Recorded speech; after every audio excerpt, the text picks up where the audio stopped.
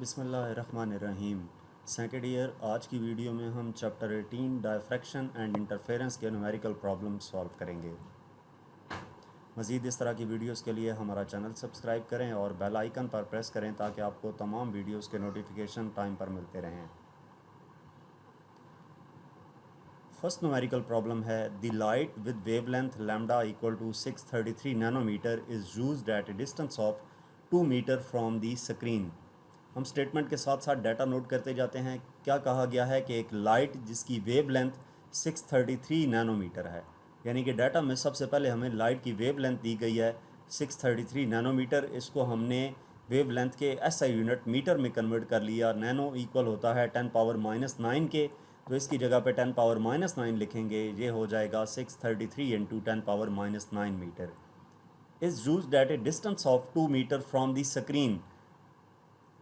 Screen से 2 metre के distance पर है। स्क्रीन से जो स्लिट्स का डिस्टेंस होता है वो हम उसको एल से रिप्रेजेंट करते हैं, तो ये एल की वैल्यू दी गई है 2 metre. The separation between the slits is 10 micrometre. जो सेपरेशन है स्लिट्स के दरमियान उसको डी से डिनोट किया जाता है। डी 10 माइक्रोमीटर गिवन है। माइक्रो इक्वल होता है 10⁻⁻6 के, तो ये आ जाएगा 10 into 10⁻⁻6 metre. Find the distance between adjacent maxima for the first and the second order of the interference. Distance between adjacent maxima, fringe width या मैक्सिमा एडजेसेंट मैक्सिमा के दरमियान जो डिस्टेंस है उसको डेल्टा वाई से डिनोट किया जाता है। और ये क्या कहा है, first order and second order of interference. First order के लिए m की वैल्यू 1 और m की वैल्यू 2, यानी कि y2 माइनस y1 कैलकुलेट करना है। m की वैल्यू 1 उसको हम m1 कह देंगे और m की वैल्यू 2 है तो उसको हमने m2 कह दिया है। तो इसका हम सोल्यूशन देखते हैं। यंग्स डबल स्लिट के लिए जो फ्रिंजेस बनती हैं, अब उसमें यंग्स डबल स्लिट के एक्सपेरिमेंट में आपने एक मैक्सिमा के लिए फार्मूला पढ़ा है और एक मिनिमा के लिए फार्मूला पढ़ा है। यहाँ पे क्वेश्चन पूछा है एडजेसेंट मैक्सिमा, यानी कि एक m2 के लिए मैक्सिमा और एक m1 के लिए मैक्सिमा। तो m2 के लिए जो मैक्सिमा है उसको y2 से रिप्रेजेंट करेंगे और m1 के लिए y1, यानी कि delta y equal to y2 minus y1 की वैल्यू हमने कैलकुलेट करनी है। y क्या है, y इसमें डिस्टेंस है, फ्रिंज विड्थ, और वो क्या है फ्रिंज। ब्राइट फ्रिंज के लिए हमारे पास जब मैक्सिमा के लिए फार्मूला क्या होता है, m lambda l by D. अब y2 के लिए m2 लिख दिया और y1 के लिए m1 लिख दिया। फार्मूला हमारे पास y equal to m lambda l by D होता है मैक्सिमा के लिए। तो यहाँ पे एडजेसेंट मैक्सिमा के लिए कैलकुलेट करना है डिस्टेंस, तो एडजेसेंट मैक्सिमा m2 के लिए मैक्सिमा और m1 के लिए मैक्सिमा। तो इसमें m2 की वैल्यू 2 है और m1 की वैल्यू 1 है, तो 2 माइनस 1 1, यानी कि लैम्डा l ओवर डी रह जाएगा। अब लैम्डा l और d की वैल्यूज पुट कर देंगे। लैम्डा की वैल्यू हमें दी गई है 633 इंटू 10⁻⁹, l की वैल्यू 2 दी गई है, डिवाइडेड बाय d की वैल्यू हमारे पास 10 इंटू 10⁻⁻6 है। तो इसको हम सिंप्लीफाई करते हैं, ऊपर वाली वैल्यूज़ को मल्टीप्लाई करें, 1266 इंटू 10⁻⁹ आ जाता है, डिवाइडेड बाई 10 इंटू 10⁻⁻6, तो ये डेल्टा y आ जाता है 126.6 इंटू 10⁻⁻3। अगर हम पॉइंट को यहाँ से 3 डिजिट लेफ़्ट साइड पे मूव करें तो 10 की पावर 3 ऐड होंगे, जिसकी वजह से ये ख़त्म हो जाएगा, यानी कि पॉइंट 1266 आ जाएगा। तो डेल्टा y की वैल्यू आ जाएगी 0.1266 मीटर। ये आपका आंसर है। ठीक है, डिस्टेंस जो है एडजेसेंट मैक्सिमा के दरमियान कैलकुलेट करना है, तो उसके लिए डेल्टा y का आंसर 0.1266 मीटर है। जो आपकी बुक में आंसर गिवन है वो रॉन्ग है, और यही प्रोसीजर आपने फॉलो करना है इसके लिए। या एक और आप तरीका ये कर सकते हैं कि पहले y2 के लिए m lambda l by D की वैल्यू पुट करके y2 कैलकुलेट कर लें, फिर y1 कैलकुलेट कर लें m lambda l by D की मदद से, और फिर उन दो वैल्यूज़ को एट दी एंड सब्ट्रैक्ट कर दें, वो भी ठीक होगा। मैंने डायरेक्ट किया है कि एक ही बार y2 माइनस y1 लिख के y2 के लिए फार्मूले लिखा, y1 के लिए लिखा, उनको सिंप्लीफाई करके वैल्यूज़ पुट की हैं, तो हमारे पास डेल्टा y की वैल्यू आ जाती है 0.1266 मीटर। नेक्स्ट न्यूमेरिकल प्रॉब्लम है find the distance from the central maximum to the third minimum on the screen. Centre में हमेशा मैक्सिमम बनता है, तब वो कह रहा है find the distance from the central maximum to the third minimum on the screen. Screen के ऊपर जो फ्रिंज विड्थ बनती हैं उनके दरमियान डिस्टेंस की बात कर रहा है। उस डिस्टेंस को किस चीज़ से हम डिनोट करते हैं? वाई से। तो वाई कैलकुलेट करना है। कौन सा Y? Central maximum to third minimum. Third minimum के लिए एम की वैल्यू 2 होती है और सेंट्रल मैक्सिमम के लिए एम की वैल्यू 0 होती है, यानी कि M2 के लिए Y2 और M0 के लिए Y0।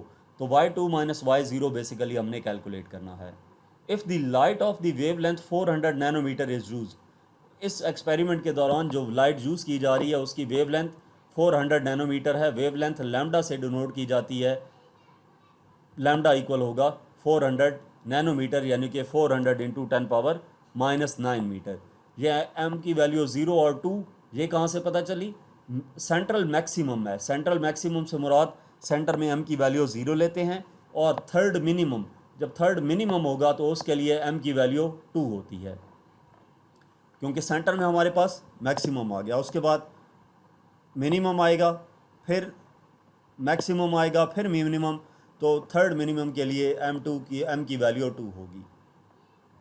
The distance between the slits and the screen is 0.5 metre. Distance slit और स्क्रीन के दरमियान 0.5 मीटर है। इस डिस्टेंस को एल से डिनोट किया जाता है। L equal to 0.5 metre and slit separation is 5 micrometre. Slit separation से मुराद डी की वैल्यू 5 माइक्रोमीटर है, यानी कि 5 इंटू 10⁻⁻6 मीटर।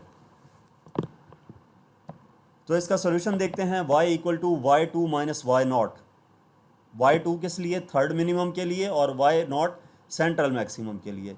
अब Y2 क्या है? Third minimum. तो यहाँ पे मिनिमम के लिए फार्मूला अप्लाई करेंगे। मिनिमम के लिए या डार्क फ्रिंज के लिए m plus 1/2 into lambda L/d होता है, और सेंट्रल मैक्सिमम YO है। मैक्सिमम या ब्राइट फ्रिंज के लिए फार्मूला m लेमडा L/d होता है। तो हम इसमें वैल्यूज़ पुट करेंगे। M2 की वैल्यू 2 है, plus 1/2 into lambda L/d minus M0 की वैल्यू 0 है इंटू लेमडा L/d। ये सारी टर्म मल्टीप्लाई होगी 0 से, तो 0 हो जाएगी, और इसको हम सिंप्लीफाई करेंगे तो ये क्या आ जाएगा? एलसीएम 2 आ जाएगा। 4 प्लस 1 5/2 लेमडा L/d माइनस ये सब 0 हो गया। तो ये y इक्वल आ जाता है 5 लेमडा L/2d। 5 लैम्डा एल और डी की वैल्यूज़ इसमें पुट करेंगे, ऊपर वाली टर्म्स को मल्टीप्लाई करेंगे तो आंसर आ जाएगा 1000 into 10⁻⁹। 5 multiply by 400 multiply by 0.5, ये आ जाता है 1000 into 10⁻⁹ divided by 5 2s are 10 into 10⁻�6 as it is आ गया। तो 1000 डिवाइडेड बाय 10 करेंगे, हमारे पास आ जाएगा 100 इंटू 10⁻⁻3। 10⁻6 ऊपर जाएगा, 10⁻+6 हो जाएगा, और -9 + 6 10⁻³ रह जाएगा। तो इसको हम अरेंज करें, ये क्या आ जाता है? y equal to 0.1 metre. Point को हमने 10⁻³ का मतलब डिवाइडेड बाय 1000 है, 100 डिवाइडेड बाय 1000 0.1 मीटर आ जाएगा। तो ये y हमारे पास क्या आ गया? Distance from the central maximum to the third minimum. Next numerical number 3 है। The distance between the slits and the screen is 1 metre. Fringe spacing on screen is 1 millimeter. Find the slit separation when light wavelength is 500 nanometre. Distance जो है slits और screen के दरमियान वो 1 metre का दिया गया है। स्लिट और स्क्रीन के दरमियान डिस्टेंस को लिखते हैं L से। Fringe spacing on the screen, fringe spacing को y से डिनोट किया जाता है। 1 मिलीमीटर गिवन है, यानी कि 1 इंटू 10⁻⁻3।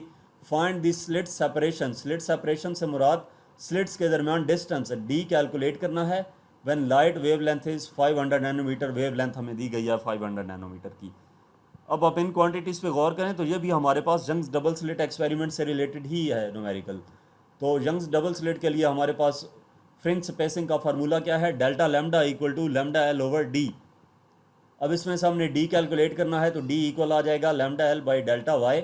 d इक्वल आ जाएगा लेमडा L और डेल्टा y की वैल्यूज़ पुट करेंगे, तो ये हमारे पास आ जाता है 500 इंटू 10⁻⁻6, यानी कि 0.5 इंटू 10⁻⁻3। यहाँ पे पॉइंट था, पॉइंट को 3 डिजिट लेफ्ट साइड पे मूव किया तो 10⁻+3 ऐड होगी, यानी कि -6 + 3 -3 रह जाएगा। तो -3 का मतलब क्या है? मिली, यानी कि d है हमारे पास 0.5 मिलीमीटर। इसके बाद इस चैप्टर का लास्ट न्यूमेरिकल है। Find the minimum angle for non-zero diffracted light having slit spacing 2 micrometer with 400 nanometer light wavelength.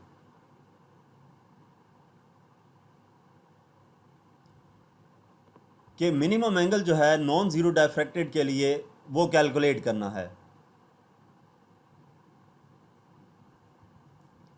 Minimum angle से मुराद थीटा कैलकुलेट करना है, नॉन ज़ीरो डायफ्रैक्टेड एंगल से मुराद एम की वैल्यू 1 है। Having slit spacing 2 micrometre, slit spacing slits के दरमियान gap D 2 micrometre यानी कि 2 into 10⁻⁻6 metre with 400 nanometre light wavelength, lambda की वैल्यू 400 नैनोमीटर 400 इंटू 10⁻⁹ मीटर आ जाएगा। अब इन क्वांटिटीज़ पे गौर करें, यह हमारे पास डायफ्रैक्शन ग्रेटिंग से रिलेटेड न्यूमेरिकल है, जिसमें formula D sine theta equal to N lambda का फार्मूला यूज़ किया जाता है। तो इसमें से हमने थीटा कैलकुलेट करना है, साइन थीटा इक्वल आ जाएगा एम लैम्डा बाई डी के, यानी कि sine theta equal to M की वैल्यू 1, लैम्डा की वैल्यू 400 इंटू 10⁻⁹ और डी की वैल्यू 2 इंटू 10⁻⁻6 है। इसको हम डिवाइड करेंगे, 200 इंटू 10⁻³ आ जाता है, यानी कि 200 डिवाइडेड बाई 1000, तो ये 0.2 रह जाएगा। थीटा इक्वल आ जाएगा साइन इन्वर्स 0.2 के, तो थीटा की वैल्यू आ जाएगी 11.54 डिग्री। अब इसमें m की वैल्यू 1 है, वो आपको कैसे पता चला? जो एक चीज़ आपको कंफ्यूज करेगी वो ये है कि minimum angle for non zero diffracted light, non zero diffracted light का मतलब m की वैल्यू वहाँ पे 0 होगी, 1 होगी। तो यहाँ तक हमारे पास इस चैप्टर के 4 न्यूमेरिकल्स थे। इनमें जो आंसर्स थे इन न्यूमेरिकल्स में बुक में रॉन्ग दिए गए हैं। आपको जो मेथड बताया है इसी मेथड को फॉलो करना है। अगर वैल्यूज़ चेंज हों तो उन्हीं चेंज वैल्यूज़ को पुट करके आपने मेथड यही फॉलो करना है, आपका आंसर जो भी आए वो करेक्ट होगा। तो यहाँ तक इस चैप्टर के न्यूमेरिकल प्रॉब्लम्स थे। मज़ीद किसी भी चैप्टर की एक्सरसाइज का solution, numerical problems, past paper या प्रैक्टिकल बेस्ड असेसमेंट से रिलेटेड क्वेश्चंस देखने के लिए हमारा चैनल विजिट करें। Thank you.